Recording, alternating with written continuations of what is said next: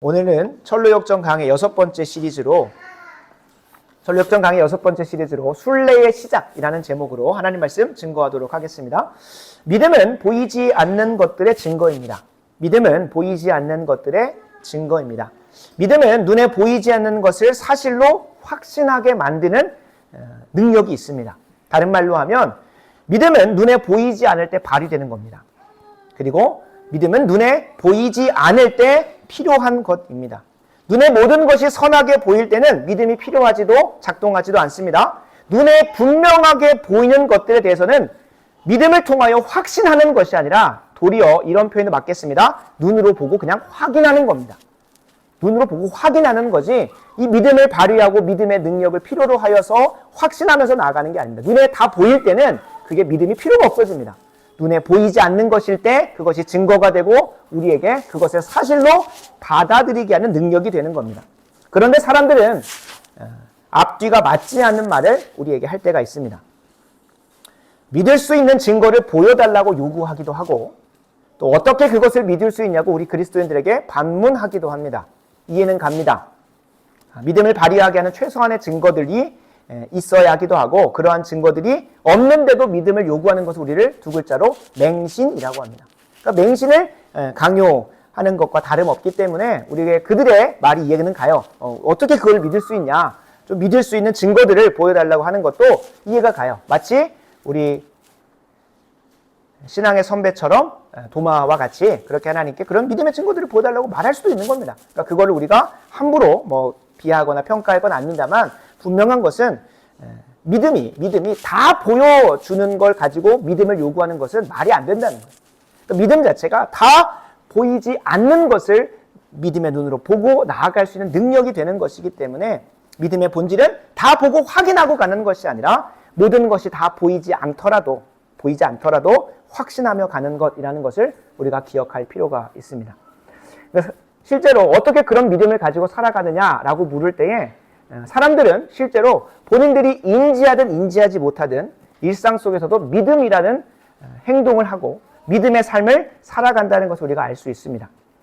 이 세상을 살아가는 사람들은 저마다의 방식대로 세계관이나 그에 따른 삶의 모습을 가지고 살아갑니다.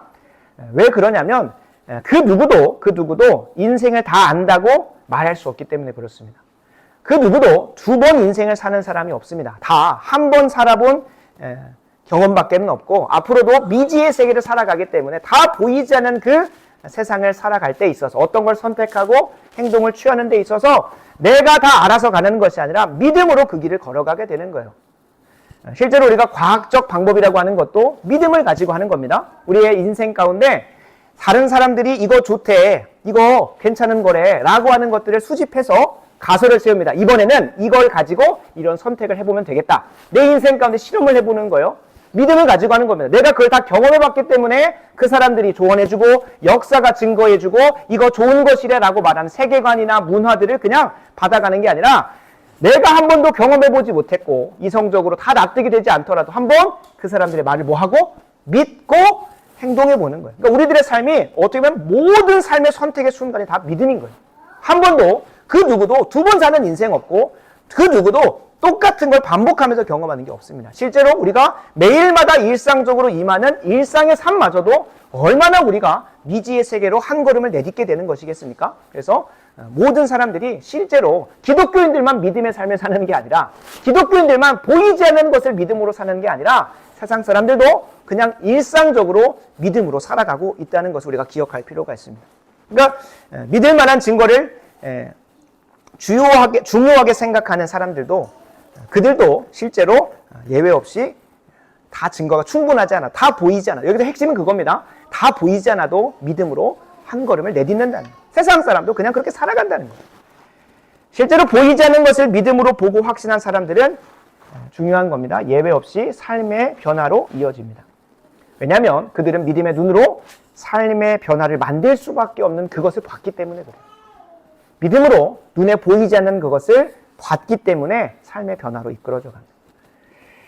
육신의 눈에 보이는 세상보다도 더 진짜로 여겨지는 세상을 믿음의 눈으로 본 사람들은 전혀 다른 삶의 모습들로 살아가게 됩니다. 예를 들어보면 육신의 눈으로 이 세상만 보며 사는 사람들은 육신의 죽음을 무엇이라고 고백합니까? 끝이라고 고백을 합니다.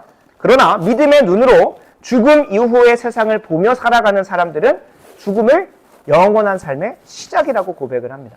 그래서 이 땅에서도 육신의 죽음마저도 불사하며 정말로 가치 있는 인생, 하나님의 영광을 위한 인생을 사는 그리스도인들이 등장할 수 있는 겁니다. 이건 믿음으로 나는 거죠.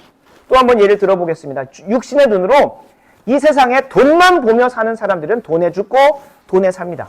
반대로 믿음의 눈으로 영원한 세계의 하나님 나라의 영원한 가치를 볼 수 있는 사람들은 더 나은 삶과 세상을 위한 희생과 헌신과 선택을 과감하게 하는 삶으로 이어져 갑니다. 이 돈이라는 자리는 다른 거 다 넣어도 상관없습니다. 돈의 자리에 뭐 쾌락을 넣든 인정을 넣든 성취를 넣든 뭐 생존을 넣든 뭐가 됐든 간에 그것만 바라보며 사는 사람들은 그것밖에 안 보이지만 믿음의 눈으로 내 눈에 보이지 않는 그 하나님 나라의 위대한 가치와 영원한 것들을 보는 사람들은 전혀 다른 삶의 열매를 맺어진다는 거예요. 정말 실제적인 걸 가져와 보면 한 가지 예를 더 들어보겠는데 육신의 눈으로 자녀들이 좋은 대학과 좋은 직장과 좋은 집에 사는 것만 바라보며 사는 사람들은 자녀의 영혼이나 자녀의 미래나 자녀의 관계를 죽이는 삶을 선택합니다. 반대로 믿음의 눈으로 하나님의 이 자녀를 향한 계획과 뜻과 목적을 볼 수 있는 사람, 바로 성경과 성령의 조명을 통하여 우리 한 인생이 무엇을 위하여 지음받았고 뭐 어디로 가야 되며 어떻게 살아가야 되는지를 믿음의 눈으로 이 말씀을 통하여 본 사람들. 제가 좀 더 까먹고 말을 안 할까 봐. 우리의 경험과 이성적 생각보다 우리의 경험과 이성적 생각으로 판단하는 이 세계보다 하나님의 말씀이 진짜인 줄로 믿습니다. 이건 여러분 진짜 기억을 하셔야 돼요. 뒤에도 까먹고 안 할까 봐. 그러니까 이 세상 사람들이 우리에게 전하여 주는 이 이성적 철학과 또 어떤 여러 가지 세계관들이 이 세상을 그렇게 바라보게 만드는데 그건 오히려 우리를 속이고 있는 게 맞습니다. 왜냐하면 진짜 세계인 하나님의 통치와 주권이 가득한 이 세계를 보지 못하게 만들기 때문에 우리를 속이는 거예요. 그러니까 믿음의 눈으로 진짜를 보는 거죠. 진짜를 우리는. 그러니까 이 자녀들의 진짜 삶은 무엇이어야 됩니까? 좋은 직장 가고 좋은 대학 가고 좋은 집에 살고 그런 말이 있잖아요. 미국 사람들은 이제 돈 열심히 벌어가지고 집에다 변기 하나 늘리는 인생을 산다. 이제 변기 하나 있던 집에서 변기 2개로 늘리고 변기 3개로 그러면 그에 따라서 집이 넓어지겠죠. 그죠? 이제 조크였는데 어찌됐든 그런 인생을 산다는 거예요. 그냥 변기만 늘리는 인생을 산다는 거예요. 변기만 늘리는 인생. 우리도 그렇지 않습니까? 평수도 늘어나면 당연히 그에 따라서 변기나 화장실 늘어나잖아요. 그런 인생만 산다는 거예요. 자녀들에게 그런 삶만 주입하고. 그게 얼마나 안타깝습니까? 그러니까 우리가 믿음의 눈으로 진짜 세상을 볼 수 있게 되어지길 간절히 소원합니다. 그래서 이 믿음이 우리에게 정말로 중요해요. 그래서 이 믿음의 눈으로 자녀의 인생을 진짜 세상에서 해석하고 바라보는 신앙의 부모들은 좋은 대학, 좋은 직장, 좋은 집은 하나님께서 은혜로 주시는 것이고 그것보다 더 집중하게 하는 게 무엇입니까? 예배에 목숨 걸게 하는 거예요. 예배에 승리하고 하나님을 찬양하는 삶에 목숨 걸게 하는 인생으로 만드는 것. 그게 우리가 진짜로 꿈꿔야 되는 자녀 양육이고 정말로 하나님께서 우리에게 이 성경을 통하여 보여주신 진짜 세계의 자녀 양육입니다. 그래서 오늘 함께 살펴보는 본문을 통하여서는 이 믿음에 대해서 정말로 우리가 성경이 증거하고 있고 정말로 우리가 이 믿음으로 삶의 변화를 선택하고 있는가 한번 좀 돌아보면 좋겠습니다. 믿음으로 삶의 변화를 선택한 제자들과 주인공, 철로역정의 주인공을 살펴볼 텐데 이걸 살펴보면서 우리가 걸어가는 그리스도인의 여정, 이걸 순례라고 한다면 그 순례자의 길이 전부 다 보이는 것은 아닙니다. 그러나 믿음으로 한 걸음 한 걸음 내딛게 되길 간절히 소원합니다. 아직 그 걸음을 내딛지 못한 분들은 오늘 믿음으로 그 첫 걸음을 한번 내딛어 보시기 원합니다. 그리고 이미 충분히 걷고 계신 분들은 여러분들이 다 걸었다 말할 수가 없어요. 그 신앙의 여정 끝까지 가야 되는 겁니다. 지금까지 보지 못했으나 오늘 말씀을 통하여 또 새롭게 보여주시는 그 길에 한 걸음 또 내딛는 은혜가 있어지기를 간절히 소원합니다. 이스라엘 백성들이 출애굽할 때 그 강 바닥에 바닷바닥에 발걸음을 내딛고 끝난 게 아니잖아요. 그 출애굽하고 홍해를 건너고 나서 또 어디를 건너야 됐습니까? 요단강을 또 믿음으로 발걸음을 내딛었어야 되고 요단강 끝나고 나니 또 여리고성을 또 믿음의 발걸음을 내딛었어요. 그래도 그런 여정들이 있는 거예요. 그래서 우리의 신앙의 여정은 주님 다시 오시는 그날까지, 우리 개인의 종말이 마주하기 전까지는 계속 이어진다는 걸 기억하셔서 오늘 이 말씀이 단순히 이제 순례의 길을 시작하는 사람들에게만 적용될 것이 아니라 오늘 또 다시 새롭게 한 줄 허락하셔서 순례 여정을 묵묵히 걸어가게 하실 하나님의 인도하심과 조명을 받는 귀하고 복된 시간 되길 소원합니다. 오늘 본문은 예수님이 베드로와 안드레, 야고보와 요한을 각성시키시고 그리스도인의 삶으로 초대하시는 장면을 담고 있습니다. 제자들을 부르신다고 표현하지만 우리 모두가 다 제자고요. 우리 모두가 다 예배자이기 때문에 제자들을 부르신다기보다 이전에 죄인된 삶으로 혼자 자신의 영광을 위해 살았던 사람들이 이제 하나님 뜻대로 살고 하나님의 영광을 위해 사는 삶으로 다 초대되는, 그냥 그리스도인 삶으로 초대하는 자라고 생각하시면 더 일반적으로 좋습니다. 그렇게 일부러 이야기하는 이유가 무엇이냐면, 봐봐, 제자들을 부르신대 라고 하면서 베드로와 안드레, 야고보와 요한을 우리와 이격해서 생각합니다. 우리와 다른 존재다라고 생각을 해요. 그렇게 되면 이 말씀이 내게 적용이 안 됩니다. 그래서 이들도 평범한 사람들이었고, 엘리야에게도 그런 표현 하시잖아요. 야고보서에 오늘 통독 본문인데, 엘리야도 우리와 뭐가 같대요? 성종이 같대요. 본성이 같다는 거예요. 똑같이 죄인이고 그냥 주님 앞에 그 하나님의 계획 가운데 은사가 더 부어졌고, 뭐 은사 더 부어졌다기보다는 그에 걸맞는 은사가 부어졌고 그 사명 감당했을 뿐이지 우리에게 똑같은 성정을 주셨다는 거예요. 그러니까 이 베드로와 안드레, 야고보와 요한도 제자들을 부르셨다, 사도들을 세우셨다, 이런 것들 우리 크게 구분두지 마시고 신사도 운동만 안 가면 됩니다. 내가 사도다라고만 안 하시면 되니까, 분명한 것은 우리가 똑같이 그리스도의 삶으로 초대되는 장면을 살펴보고 있다는 걸 기억하시면 좋겠습니다. 마가복음 1장 16, 17절입니다. 갈릴리 해변으로 지나시다가 시몬과 그 형제 안드레가 바다에 금은 던지는 것을 보시니 그들은 어부라. 예수께서 이르시되 나를 따라오라. 내가 너희로 사람을 낚는 어부가 되게 하리라 하시니. 아멘, 아멘. 예수님의 이 말 한마디에 바로 그들이 즉각적으로 반응합니다. 마가복음 1장 18절입니다. 곧 그물을 버려두고 떠납니다. 역시 예수님이 한마디 하는 게 역시 능력 있어 라고 보시면 안 됩니다. 그리고 이 베드로와 안드레, 야고보와 요한이 역시 특별한 사람들이야 라고 보시면 안 된다고 계속 누누이 말씀드립니다. 이들이 특별해서가 아니라 하나님께서, 예수께서 특별하신 건 맞죠. 그분이 구원을 성취하시고 이루신 건데 그 여정을 우리도 똑같이 걸어가게 하시는 거예요. 베드로와 안드레와 야고보와 요한도 우리와 똑같은 성정을 가지고 있고, 이 시간 이 자리에서 선포되는 말씀도 비록 인간의 입술을 통하여 하지만 성령에 감화받고 성경을 의지하여 기도 말씀을 선포할 때 이것 또한 똑같은 예수의 말씀에 능력이 있는 겁니다. 무슨 말씀인지 아시겠죠? 그래서 이 강단에서 선포되는 말씀으로도 변화가 안 된다면, 조심스러운 표현이지만 예수님이 와도 똑같이 역사가 안 될 겁니다. 중요한 건 하나님께서 준비하신 영혼에게 준비하신 말씀을 선포하셔서 변화시켜 가시고 그 자리로 초대하신다는 거예요. 그래서 막 어떤 교회냐 어떤 목사님 그렇게 할 게 아니라 오늘 내게 가장 선한 것을 허락하시니 강단의 말씀을 믿음으로 받는 훈련을 하셔야 되는 거예요. 이것조차도 받지 못하는데 그러면 여러분들에게 발람 선지자와 같이 당나귀를 보내셔가지고 말씀하시면 들으시겠습니까? 그게 아니잖아요. 하나님께서 가장 필요한 목회자와 강단의 말씀 허락하신다는 것을 믿음으로 받는 자에게 이 베드로와 이 4명의 사람들에게 역사하셨던 동일한 역사가 일어나는 겁니다. 그래서 우리가 그걸 기억하시면서 오늘 본문으로 들어갈 텐데, 이들에게 특별한 게 있는 게 아니에요. 그렇다면 무엇이 그들의 삶에 이러한 대전환을 일으켰을까요? 그 이전의 삶에 있어도 그들에게 배를 버린다는 거, 참고로 베드로는 그 당시에 어부 중에 꽤 큰 부자였던 것으로 많은 사람들이 이야기합니다. 그러니까 그 배를 버려준다는 건 뭡니까? 내게 있는 내 사업장, 내 모든 걸 다 갖다 버린다는 거예요. 심지어 뒤에 따라오는 야고보와 요한은 뭐까지 버립니까? 자신의 가족마저 버려요. 실제로 베드로도 자신의 장모와 자신의 부모를 버리고 가는 것을 다른 부분에서 등장을 합니다만, 분명한 것은 이들이 자신의 이전의 삶을 다 갖다 내려놓고 새로운 삶을 대전환이 일어나는 거예요. 근데 어떻게 이게 단 한마디 이렇게 이루어질 수 있냐는 거예요. 우리의 질문이 드는 거죠. 감사하게도 마가는 입이 짧지만 누가는 말이 깁니다. 투머치 토커라는 거죠. 그래서 누가복음을 통해서 함께 좀 보면 어떻게 이러한 대전환의 역사가 믿음으로 그 말씀에 반응하여 그 삶을 완전히 바꿔버리는 역사가 일어날 수 있는지를 확인할 수 있습니다. 누가복음 5장을 함께 좀 찾아보겠습니다. 누가복음 5장입니다.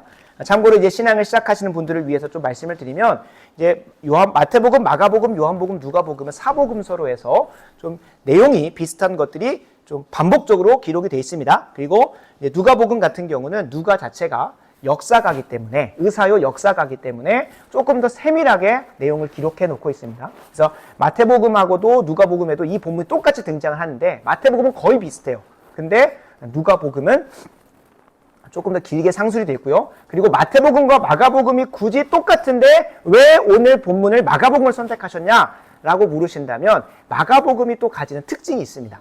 마태복음하고 마가복음은 또 차이가 좀 있는데 마가복음은 곧, 즉시, 즉각적으로 막 이런 표현들이 많이 등장을 해요. 이제 급합니다. 이런 표현들이. 그래서 오늘 우리가 이 믿음의 반응으로 예수님께서 나를 따라오라 라고 하실, 이 순례길을 걸어라 라고 하실 때 이 마가복음 저자가 의도한 대로 우리도 뭐 하는 겁니까? 즉시, 즉각적으로 주저하지 말고 지체하지 말고 바로 반응하기를 소원하면서 마가복음을 본문으로 가져왔다는 걸 좀 기억해 주시면 좋겠습니다.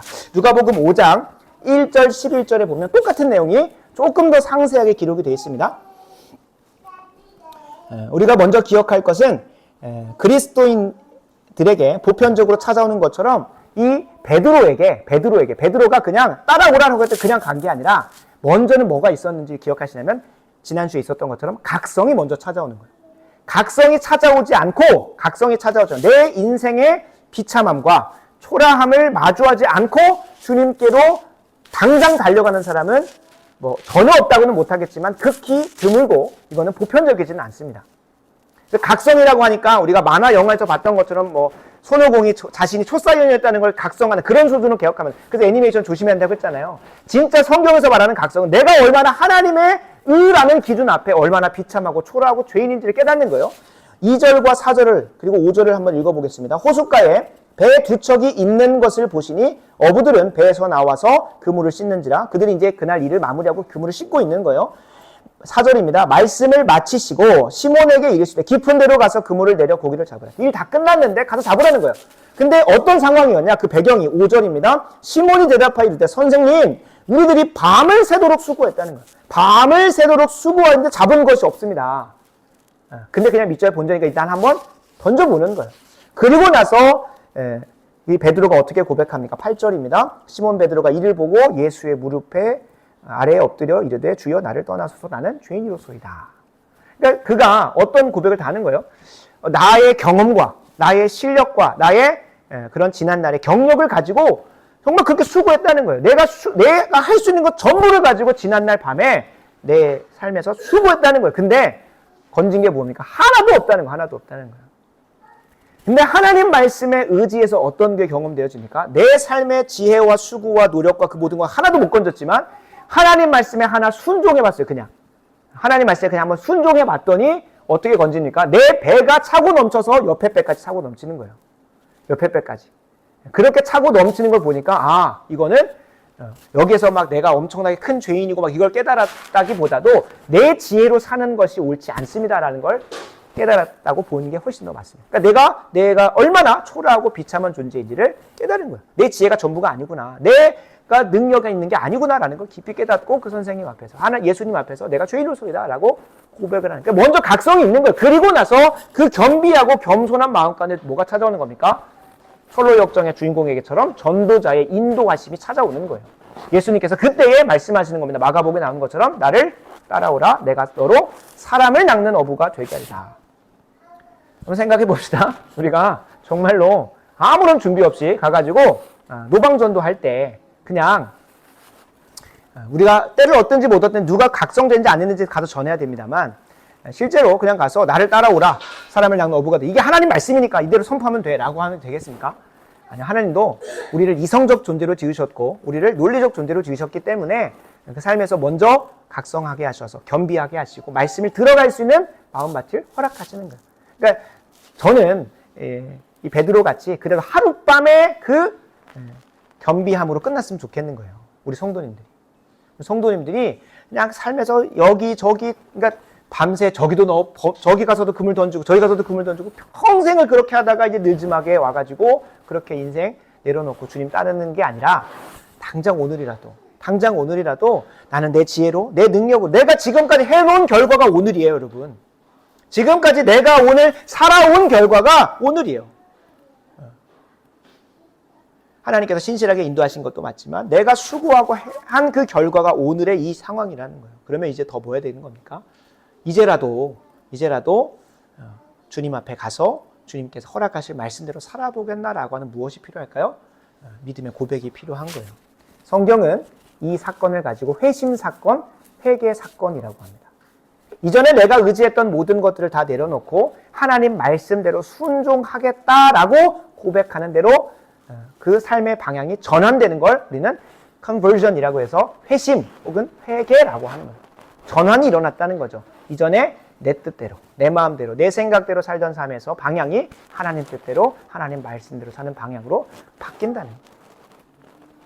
그래서 이 베드로가 먼저 각성되고 함께 있던 안드레도 그래서 함께 따라간 것으로 보입니다. 그리고 그 옆에 있던 마태복음과 마가복음에서 바로 방장 옆에 있는 것처럼 보이는데 마가복음 1장 19절 20절을 보면 누가복음에서는 바로 옆에 있는 것처럼 보이는데 마가복음 1장 19절 20절을 보면 조금 더 가시다가 세베대의 아들 야고보와 그의 형제 요한을 보시니 그들도 배에 있어 그물을 짚는데 곧 부르시니 그 아버지 세베대를 품꾼들과 함께 배에 버려두고 예수를 따라가니라. 아멘. 아멘.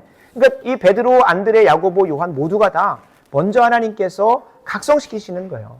각성시키시고 주님께서 말씀하셨을 때에 따라가게 하는 거예요. 계속 각성이라고 하니까 좀 너무 긍정적 의미로 보는데 상당히 내가 어떠한 피조물인지를 깊이 깨닫게 하시고 이끌어 가시는 거예요. 오늘 주보에 담긴 철로 역정의 주인공도 이들과 똑같은 결정을 합니다. 똑같은 경험을 하고 똑같은 결정을 해요. 얼마나 여러분 겸비해졌습니까? 철로 역정 지금까지 계속 순차적으로 읽어왔다 보면 이 철로 역정의 주인공이 각성되어져서 내가 어떻게 해야 구원을 받을 수 있을까? 영원한 생명을 받을 수 있을까를 깨닫죠. 성경을 읽다가. 그리고 나서 이제 갈 바를 알지 못하다가 누가 옵니까? 예수님께서 이 베드로와 4명에게 찾아오신 것처럼 전도자가 찾아와서 길을 갈려줍니다. 그리고 오늘 첫 번째 줄에 나온 것처럼 그 사람은 전도자가 가르쳐준 방향을 향하여 갑자기 뭐 하기 시작합니까? 뛰기 시작합니다.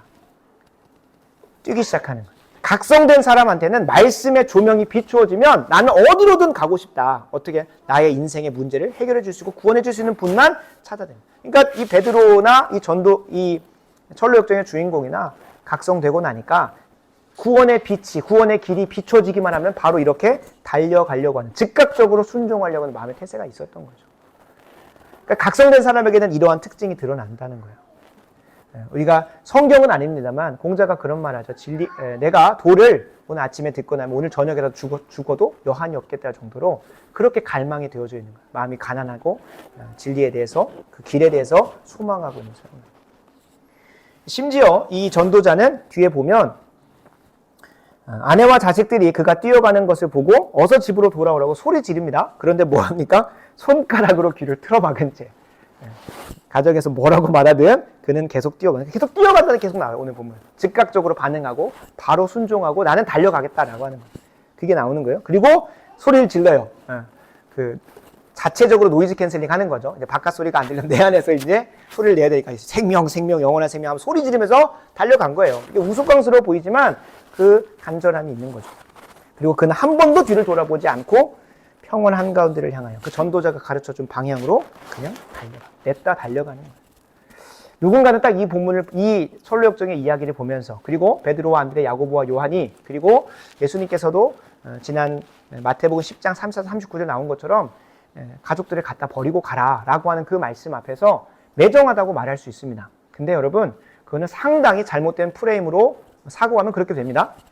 생각을 해보면 우리가 일상 가운데서도 가정으로 폭력당하는 사람이 그 집에서 격리되어지고 보호시설로 가는 걸 가지고 어떻게 그렇게 매정한 선택을 할 수 있어? 라고 말하지 않습니다. 한번 잘 생각해 보시기 바랍니다. 가정 안에서 폭력을 당하고 있는 자녀들 혹은 아내를 그 집으로부터 격리시켜서 보호센터로 보내는 것에 대해서 어떻게 그렇게 남편을 버려두고 집을 나갈 수 있어? 라고 말하지 않는다는 거예요. 그러니까 지금 이 철로 역정의 주인공은 집에 있으면 세상의 소리를 듣고 세상의 문화 안에서 잘못된 지옥의 길로 같이 함께 가는데 어떻게든 그것으로부터 격리되어지는 시간들이니까 매정하다고 말할 것이 아니라 지혜롭다라고 말할 수 있는 거예요. 철로 역정의 주인공은 자신의 영혼을 보호하기 위한 처사로 영원한 생명을 얻지도 못하도록 막고 있는 그 집안 식구들로부터 도망간 거예요. 그리고 철로 역정 우리 영화에서 본 것처럼 그 천성을 향해 마지막 죽는 그 여정 속에서도 누굴 고민했었죠? 가족들 고민을 해요. 내가 이 자리에서 그냥 바로 천성 가버리면 우리 가족들은 누가 합니까? 라고 해요. 그 정도로 가족들에 대한 정말로 사랑과 관심이 있습니다. 그러나 예수님께서도 분명히 뒤에서 나누겠지만 예수님께서도 그 구원을 허락하시고 나서 굳이 마을로 돌아가지 마라, 사람들에게 가지 마라라고 하시는 이유가 있어요. 왜냐하면 하나님께서 그 진리의 조명을 비춰주시고 나면 거기에 더 집중해야 되는 그 시즌이 있어요. 사도 바울이 회심을 경험하고 나서 바로 다메섹으로 들어갑니다. 그리고 나서 다메섹 조금 사역하고 어디로 가냐면 아라비아 광야로 가가지고 적게는 3년, 많게는 한 수년간 본인의 신학을 다시 성령의 조명하서 재정립하는 시간들을 가졌다고 보는 게 학자들의 견해입니다. 그러니까 이 사도 바울도 그런 시간들이 필요했던 거예요. 성령의 조명을 받고 나서 다시 돌아가면 바리새인들이 야, 너 원래 그런 사람 아니었잖아 하고 얼마나 회유하고 다시 또 옛 율법으로 구약으로 돌아가려고 하게 하겠습니까? 그러니까 결의를 두고 내 신약을 정립하는 시간들이 필요한 거예요. 그래서 저희 이제 현실 교회에서는 많은 분들이 이제 시간을 정하고 뭐 제자 훈련을 받는다든지 적어도 이 시즌 안에는 내가 세상의 욕심이나 그런 거 좀 꺼내내고 교회 안에서 훈련 잘 받아가지고 신앙을 정립하고 그리고 나서 세상에 나아가서 그래서 제가 이제 홈스쿨링을 한다고 하니까 많은 이제 조언을 해주시는 분 너무나 저희 가정을 사랑하고 하셔서 그렇게 하시는 말씀이긴 하겠지만 애가 사회성이 안 길러진다는 얘기를 많이 하더라고요. 그리고 거기에다가 더해서 하는 표현이 뭐냐면 애가 초등학교나 중학교 같은 데 가서 세상 속에서 싸우고 승리하는 것도 경험해야 되지 않겠냐라고 해요. 근데 지금 예전 같지가 않다니까요. 초등학교, 중학교, 고등학교에서 가르쳐지는 성교육이나 그들이 향유하고 있는 문화 자체가 얼마나 음란하고 반성경적이고 하나님을 부정하게 만드는 것입니까? 얘가 싸우고 싶어도 싸울 수 없는 이미 기울어진 운동장 수준이 아니라 그냥 완전히 본인이 그냥 뭐라고 해야 될까요? 그냥 버티는 것만 해도 버거울 정도의 곳이에요. 그러니까 그것을 어떻게 그 지옥부동으로 제가 보내겠습니까? 그래서 홈스쿨링 하려고 하는 거예요. 그리고 사회성은 저희 좋은 교회 안에서 이미 어른분들하고도 잘 지내면 내가 어디 가서 사회성이 얼마나 잘 감당하겠습니까? 그죠? 어른하고도 그렇게 잘 지내는데 주변 사람들하고도 물론 거기서 너무 어른스럽게 하면 좀 문제긴 하겠습니다만 뭐 학원을 보내도 되는 거고 그래서 말한 학원은 학업을 위한 게 아니라 이제 일본 같은 경우는 그런 게 있다고 하더라고요. 그 학생들이 70% 80%가 학원을 안 다니고 무조건 동아리 활동을 한대요. 그러니까 우리보다 훨씬 더 학문적 역량도 뛰어나죠. 그리고 뭐 이게 이제 연구 결과들을 좀 나열을 하기가 좀 너무 길어서 그러니까 그렇게 학업 외의 활동들을 통해서 사회성도 길러지고 그러니까 청소년 자살률이나 만족도가 우리나라가 최악이잖아요. 그죠? 어떻게 그 지옥 구렁텅이로 제 자녀를 보내겠습니까? 그죠? 그래서 한번 깊이 고민해 볼 필요가 있고 이미 그 공교육제도 안에 있으면 어떻게 이것들을 우리가 좀 잘 이겨가면서 할 수 있을지 깊이 고민해 봐야 되는 겁니다. 그러니까 마치 이 전도자의 전도를 받은 이 천루역정의 주인공이 그 가정으로부터 떠나서 본인의 신앙을 잘 정립하는 시간들을 갖게 하신 거예요. 예수님도 필요에 따라서 그렇게 하셨던 거죠. 우리에게도 그런 시간들이 정말로 필요합니다. 그래서 이 각성된 사람들에게 주님께서 전도자를 보내시고 예수님이 찾아가셔서 이들을 바른 길로 인도하실 때 이들에게서 드러나는 이전의 삶을 내려놓고 그 예수님의 인도하심을 따라 나아가는 그 믿음의 여정, 믿음의 선택, 그 순종의 결단, 회개와 회심의 역사 가운데 드러나는 4가지 특징을 오늘 정리하고 나에게도 그러한 믿음의 역사가 그런 순종의 결단이 일어날 수 있도록 좀 기도하시면 좋겠습니다. 첫 번째입니다. 첫 번째는 모든 것이 보이지 않아도 빛을 따라가는 순종을 한다는 것입니다. 다 보이지 않는다는 거예요. 설교 서두에 말씀드렸다시피 다 보여지고 나아가는 건 믿음이 아니라요. 확인하면서 가는 겁니다. 확인하면서 가는 거예요. 내가 다 보여지면 믿을게 라고 하는 건 믿음이라고 하는 것의 정의와 맞아떨어지지 않는 거예요. 실제로 그렇습니다. 베드로와 안드레, 야고보와 요한 다 순교합니다. 그죠? 시작할 때부터 너 가면 죽어 라고 하면 누가 가려고 하겠습니까? 물론 이제 중간중간 한 번씩 그 클리셰를 주시죠. 어떻게 하십니까?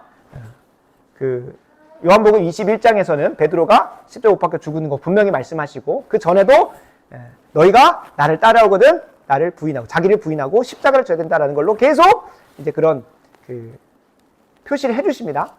근데도 계속 가는 거죠. 근데 처음에 그 믿음의 시작을 첫 걸음을 내디딜 때 다 가르쳐 주시는 게 아니에요. 우리의 신앙의 여정도 똑같아요. 다 가르쳐 주시고 오라고 하는 게 아니라 우리에게 믿음으로 반응하기를 요구하시는 거예요. 최소한으로 뭐 하시는 거죠? 최소한의 증거를 주시고 내가 얼마나 비참한 존재를 깨닫게 하시고 주님 말씀대로 사는 게 맞겠다라고 하는 걸로 가는. 그러니까 처음부터 다 알고 가고 다 깨닫고 가는 사람이 한 명도 없다는 거예요. 가는 와중에서도 베드로와 안드레, 야고보, 요한 다 떠납니다. 심지어 베드로는 뭐까지 합니까? 그냥 떠났으면 모르겠는데 굳이 따라가가지고 찾아갔다가 부인하는 수준이 아닙니다. 저주합니다. 예수님을 저주한다는 거예요. 예수님을 욕하고 그 자리를 떠난다는 거예요. 그러니까 그런 시간들이 찾아오는 거예요. 그런데 우리가 믿음을 시작할 때 다 알고 간다는 건 거짓말이고 그것도 말도 안 되는 겁니다. 오히려 다 보이지 않아도 주님께서 허락하시는 그 말씀 하나하나를 쫓아서 가는 거예요. 그 성령의 조명을 통해서 희미하게 보여지는 것을 따라서 가다 보면 어디에도 이르는 거예요? 좁은 문에도 이르는 것이고 천성을 향해 가는 길도 이르는 거예요. 저도 제 목회의 여정 가운데, 제 신앙의 여정 가운데 이거 하면 다 되겠다 싶어서 계획 다 짜놓고 가는 게 아니에요. 그래서 신앙인들은 절대적으로 완벽한 제의가 될 수가 없습니다. 그렇다고 다 피가 될 수 있는 것도 아니겠지만 분명한 것은 하나님께서 그날의 흡족한 은혜, 그날의 흡족한 인도하심, 한 주간에 살아갈 말씀들을 계속해서 점검하면서 가는 거예요. 그래서 다 보이지 않아도 가는 것, 그것이 우리의 신앙의 첫 걸음이고 시작이라는 것을 기억하시면 좋겠습니다. 그래야 우리가 하나님을 안 떠납니다. 제가 기도할 때 나눴던 것처럼 하나님이 우리의 삶의 여정을 다 가르쳐 주셔봐요. 그러면 뭐 하겠습니까?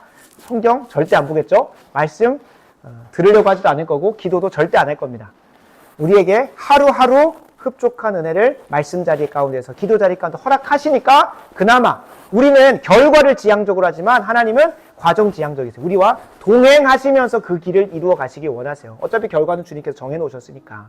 근데 우리는 과정을 보려고 하지 않고 주님과의 동행은 관심 없이 결과만 원하니까 주님께서 우리의 그 악한 본성을 아시고 하나하나 매일마다 매주마다 은혜를 허락하시는 겁니다. 그래서 믿음의 시작은 다 보여서 가는 것이 아니라 모든 것이 보이지 않아도 빛을 따라서 나아간다는 것을 기억하셔야 됩니다. 두 번째로 발견할 수 있는 특징은 어린아이와 같이 묻지도 따지지도 않고 순종한다는 것입니다.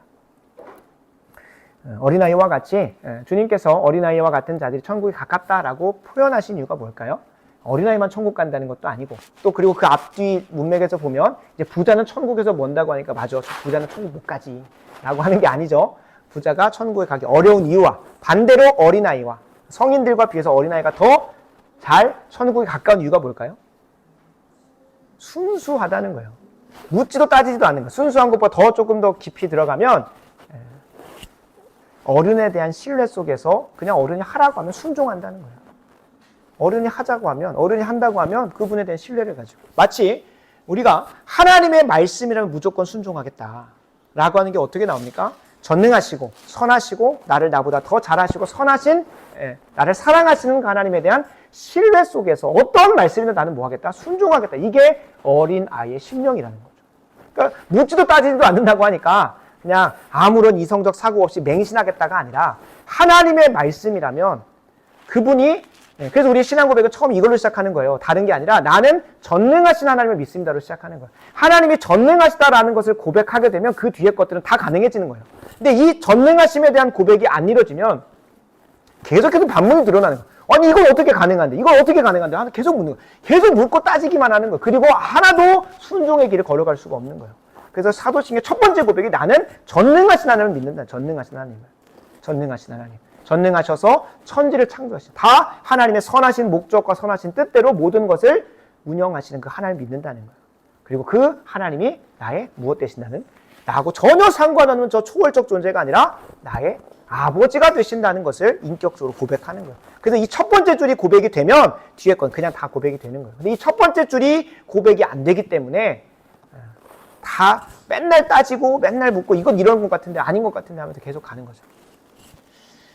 이런 의미에서 우리 좋은 교회는 우리에게 가장 좋은 교회입니다. 갑자기요? 좋은 교회는 우리에게 가장 좋은 교회입니다. 다른 교회랑 비교할 게 없어요. 우리의 인생 가운데 가장 필요한 교회이기 때문에 여러분 인생 가운데 이끌어줘서 여러분들 이 자리에 앉혀놓으신 겁니다. 그러니까 다른 교회랑 비교할 게 아닙니다. 매주 선포되는 말씀도 우리에게 가장 좋은 말씀입니다. 여러분들이 원하든 원치 않든 하나님이 여러분들의 가장 좋은 말씀으로 허락하시는 것이라는 걸 믿으면 묻지도 따지지도 않고 순종하게 되어 있습니다. 또 하나 고백하자면 함께 교제하고 성장해가는 우리 좋은 교회 교우들이 우리에게 가장 좋은 동역자들입니다. 뭐 다른 교회 가면 이런 섬김도 받는다더라 이런 것도 있다더라 그게 중요한 게 아니라 여러분에게 가장 딱 맞기 때문에 이 교회에 박아 놓으신 거예요. 그게 하나님에 대한 신뢰인 거예요. 하나님에. 그걸 기쁨으로 받을 수 있는 거죠. 좋은 교회에게 허락하시는 모든 사명과 사역들도 우리에게 가장 좋은 것인 줄로 믿으시기 바랍니다. 왜냐하면 하나님이 우리를 향해서 가지고 계신 가장 선한 뜻이 무엇일지 계속 묻고 가잖아요. 우리가. 근데 오늘 이 현장은 하나님이 창세전부터 저와 여러분들을 위해서 계획해 놓으신 가장 선한 뜻이 펼쳐진 게 오늘이에요. 그러니까 앞으로 뭐 어떻게 될지도 모르는 그 미래를 향해서 계속 묻고 가는 것보다도 오늘 우리에게 맡겨지신 가장 선한 하나님의 결과에 드러난 열매인 실체인 오늘에 집중하면서 사는 게 너무나 중요한 거예요. 그러다가 하나님께서 때를 따라서 말씀으로 인도하시고 기도를 하게 하시고 그렇게 하면서 또 발걸음 나아가게 하시겠죠. 그래서 이 좋은 교회에 대한 어린아이와 같은 심령으로 우리 좋은 교회가 또 새로운 여정을 가는 것에 있어서도 한번 가보는 거예요. 함께. 다 알아서 가는 게 저도 모릅니다. 어떻게 펼쳐질지 모릅니다. 그러나 말씀 가운데 주셨고 또 그런 소명을 주셨으니까 가는 거죠. 그래서 우리가 어린아이와 같은 심령을 가지고 나아가게 되길 간절히 소원합니다. 세 번째로 드러나는 특징은 지체하지 않고 즉각적으로 순종한다는 겁니다. 지체하지 않고 즉각적으로 순종한다는 거예요. 참된 회심, 참된 회개, 삶의 대전환은 즉각적인 순종으로 이어지게 됩니다. 회심이라는 것 자체가 이전의 삶이 내가 뭔가 문제가 있다. 그러니까 이런 방법이 열려지면 나는 곧장 가겠다라고 하는. 그래서 이 천루역정의 주인공도 그렇고 오늘 본문에 등장하는 4명의 제자들도 그냥 곧 즉시 바로 버려두고 떠나버리는 거예요. 곧 즉시. 왜냐하면 내가 지금까지 살아온 삶의 결과가 오늘이라고 한다면 오늘 뭔가 이렇게 결과가 내게 탐탁치 않다면 분명히 하나님께서 그 구원의 길을 예비하시고 약속의 말씀을 약속하셨다면 그 방법을 가르쳐주면 나는 즉시 그 순종하겠다라고 바로 나오는 거예요. 내가 현재 하나님의 은혜가 필요하고 그런 은혜가 필요할 정도 문제가 있는 상태고 어려움의 상태에 있다면 하나님께서 길을 가르쳐 주시면 주저하지 않고 바로 순종하게 되어 있는 거예요. 적어도 내 인생에 대해서 문제의식을 갖고 있는 사람이라고 한다면 내가 비참하고 죄인이라는 사실을 고백한다고 한다면 그렇게 할 수밖에 없습니다.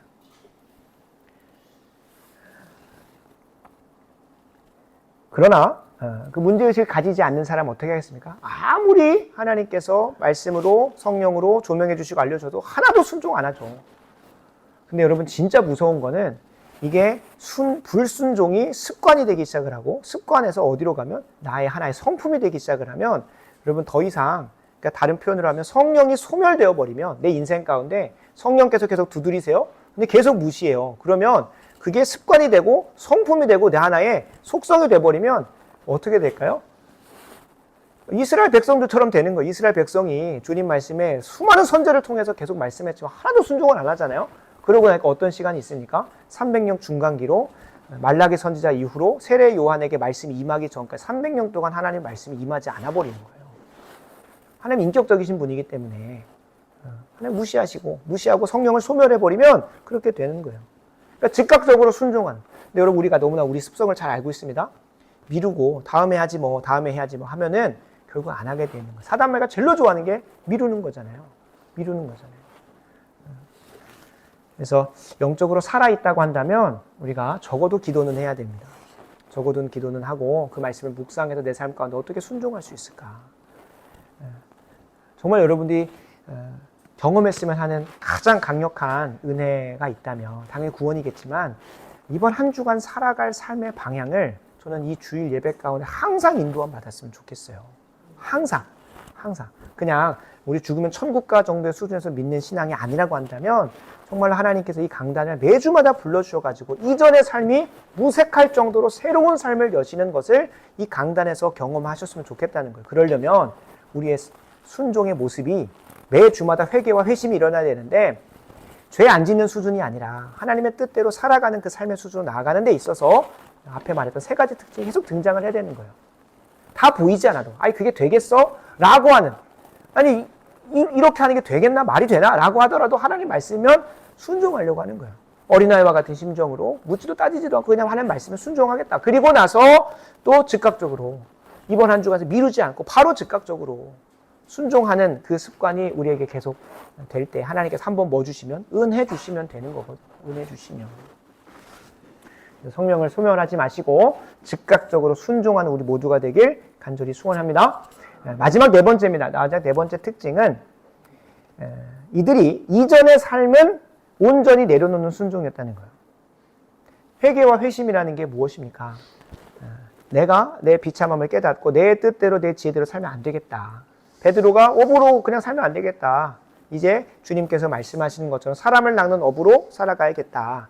내가 이 전주까지만, 어제까지만 해도 내 마음대로 내 뜻대로 살아왔다면 이번 주부터는 이제 하나님께로 오늘 이 말씀을 시작으로 해서 하나님 말씀에 순종하는 삶을 살겠다라고 하는 식으로 이전에 내 행태들 다 내려놓는 거예요. 내 지혜, 내 생각이 아니라 하나님의 말씀대로 살아보겠다라는 순종으로 한번 도전을 하는 거죠. 그래서 전도자가 길을 알려주자마자 뭐 합니까? 귀를 막아버려요. 뒤를 돌아보지 않아요. 그리고 곧장 달려서 나아가게 되는 겁니다. 매정하다고 말할 수 없을 정도로 그 인생에서 실존적 고민이었던 거죠. 그래서 주님께서도 구원받은 사람들을 마을이나 사람들에게 가지 말라고 굳이 얘기하세요. 굳이 얘기하셔서 왜요? 실제로 나쁜 사례이긴 하지만 이단 신천지들 어떻게 합니까? 거짓의 조명이 진리와 빛의 조명을 입었을 때 완전히 발가 벗겨질 걸 아니까 속이기 위해서 어떻게 해요? 적어도 1년 동안은 그 복음방에 들어와서 복음방이라고 해서 매주 뭐 월화 목금이거든요. 월화 목금 4일 동안 맨날 퇴근하고 가가지고 우리는 그들만한 열심도 없어서 문제인데 월화 목금 가가지고 저녁 끝나자마자 저녁 늦게까지 계속 그들의 교리를 배워가지고 6개월에서 1년을 배웁니다. 근데 그때 동안 수요 예배도 가고 금요일에 다 가야 돼. 왜요? 갑자기 안 나오던 애가 안 나오기 시작을 하면 나오던 애가 안 나오면은 그래서 의심을 하기 시작하거든요. 그러면 이제 뭔가 관계가 뭐 좁혀오니까 할 거 더 열심히 하라 그래요. 그리고 나서 월화목금도 가요. 그러니까 그 사람들 삶이 없어요. 근데 이 거짓의 조명을 감추기 위해서 빛의 조명을 뭐 합니까? 차단해 버리잖아요. 그래서 그렇게 하는 것처럼 우리도 빛의 조명이 생각보다 이 진리 빛이 강력하지만 거짓이 끼어 들어오고 사람들의 생각들이 들어오면 흔들리기 시작을 해요. 그래서 이제 사랑의 교회 같은 경우만 해도 제자훈련 하면서는 남편한테 서약서 받아오게 해요. 하는 데 있어서 이 제자훈련 받는 그 1년의 여정 동안 뭐 괴롭히고 부부싸움 하지 말라 그런 게 아니라 적극적으로 도울 수 있도록. 집안 식구가 원수라고 하니까. 그래서 그렇게 하나님 말씀대로 순종하는 삶을 1년 동안은 집중적으로 하려고 해요. 그리고 대학부에서 하는 경우만 해도 연애 시작하지 말라고 해요. 왜요? 하나님 사랑하려고 하나님 뜻대로 살아보려고 하는데 그 1년 동안만큼은 적어도 하나님께 좀 집중해 보라는 거예요. 집중해 보라는 거예요. 그래서 그 신천지도 그렇게 하는데 그래서 우리가 이 전도자의 전도를 받은 주인공도 똑같이 그렇게 하는 거예요. 귀를 막고 세상의 귀를 막고 하나님께만 집중하는 시간들을 갖는 거예요. 하나님 말씀에 온전히 자신의 인생을 걸게 되니까 지체하지 않고 내 생각과 경험을 가감하지 않고 그 길로 달려 나아가는 거예요. 우리의 순종이, 우리의 회개와 회심이 그래야 될 줄로 믿습니다. 네 가지를 꼭 기억하셔서 우리가 그런 순종의 열매로 회개와 회심, 이 베드로와 안드레와 야고보와 요한에게 일어났었던 대전환, 삶의 순례의 길의 시작이 우리에게도 시작되어지길 소원하고 무엇보다 이미 걷고 있는 분들에게도 매 주마다 하나님께서 새로운 여정을 여시거든요. 그 새로운 여정에 나 이번 주도 똑같다라고 하는 거는 참 안타까운 겁니다. 그래서 매 주마다 새로운 말씀 허락하셔서 또 이번 한 주간 어떻게 또 하나님께서 나를 새로운 순례의 길로 이끄시는지를 기대하면서 나아가시길 간절히 소원합니다. 말씀을 마무리합니다. 믿음은 보이지 않는 것들의 증거라고 말씀드렸습니다. 다 보여서 가는 것은 신앙생활이 아닙니다. 그렇다고 해서 제가 맹신을 요구하는 것도 아니라고 했습니다. 그래서 우리가 구해야 될 것은 각성과 조명입니다. 내 스스로가 내 자신의 비참함을 깨달을 수 있는 각성이 정말 먼저 선결돼야 되고요. 그런 사람들은 오늘 이 예배 가운데 허락되어질 조명을 위해서 간절히 기도하면서 오게 돼 있습니다. 그리고 그런 사람에게는 뭐가 일어날까요? 내 스스로가 얼마나 비참한지 깨닫게 되고 오늘 말씀을 통해서 새로운 길의 여정이 비춰지는 겁니다. 내가 매 주일의 예배 가운데 어떠한 조명도 그리고 나오는 데서 기대감도 설레임도 없다고 한다면 여러분 각성과 조명을 위해서 기도하시기 바랍니다. 각성과 조명을 위해서. 그래서 하나님이 성령을 통해 내가 지금까지 속아왔었던 이 세상을 제대로 볼 수 있는 눈이 열려지게 하시는 것을 기대하셨으면 좋겠어요. 서두에 말씀드렸다시피 우리가 경험적으로 오감을 통해서 경험하는 이 세상도 우리를 속입니다. 그리고 그 경험을 가지고 판단되어지는 이성적 사고도 우리를 속일 때가 진짜 많습니다.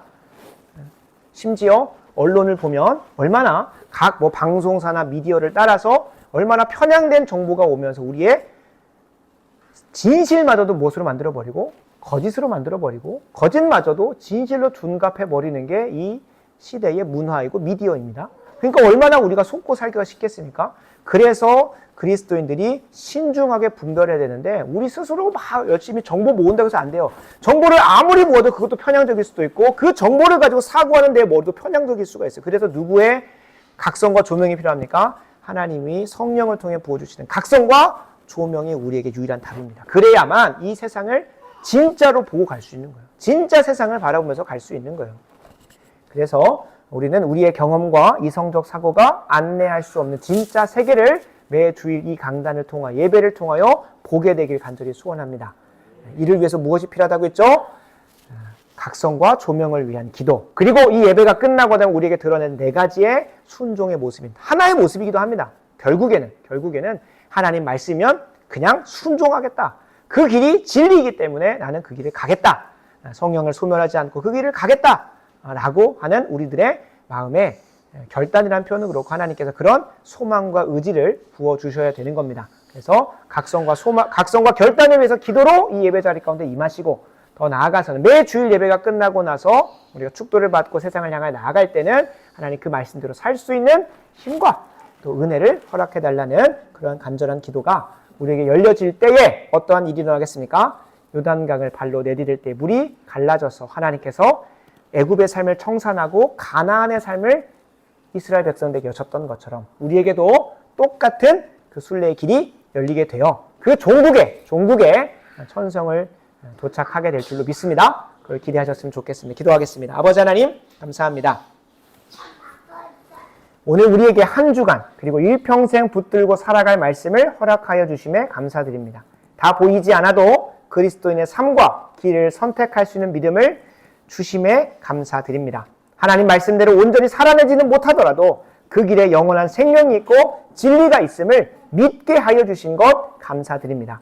하나님이 강단을 통하여 허락하시는 어떤 말씀이라도 믿음으로 반응하게 하여 주시옵소서. 어린아이와 같이 묻지도 따지지도 않고 순종하게 하시고 지체하지 않고 즉시로 순종하게 하시고 이전에 내 생각대로 살았던 죄악된 삶을 온전히 끊어내고 순종으로 믿음 고백하게 하여 주시옵소서. 이를 통하여 우리의 삶 가운데 하나님의 이름이 거룩히 여김 받게 하시고 하나님의 나라가 임하게 하시고 뜻이 하늘에서 이루어진 것 같이 나의 삶의 모든 여정 속에서도 이루어지게 하여 주시옵소서. 이를 위하여 필요한 일용할 양식을 주시옵고 우리가 우리에게 죄 지은 자를 사하여 준 것과 같이 우리 죄를 사하여 주시옵고 우리를 시험에 들게 하지 마시며 다만 악에서 구하여 주시옵소서. 모든 나라와 권세와 영광이 아버지께 있음을 믿사오며 예수님의 이름으로 간절히 기도합니다. 아멘. 아멘.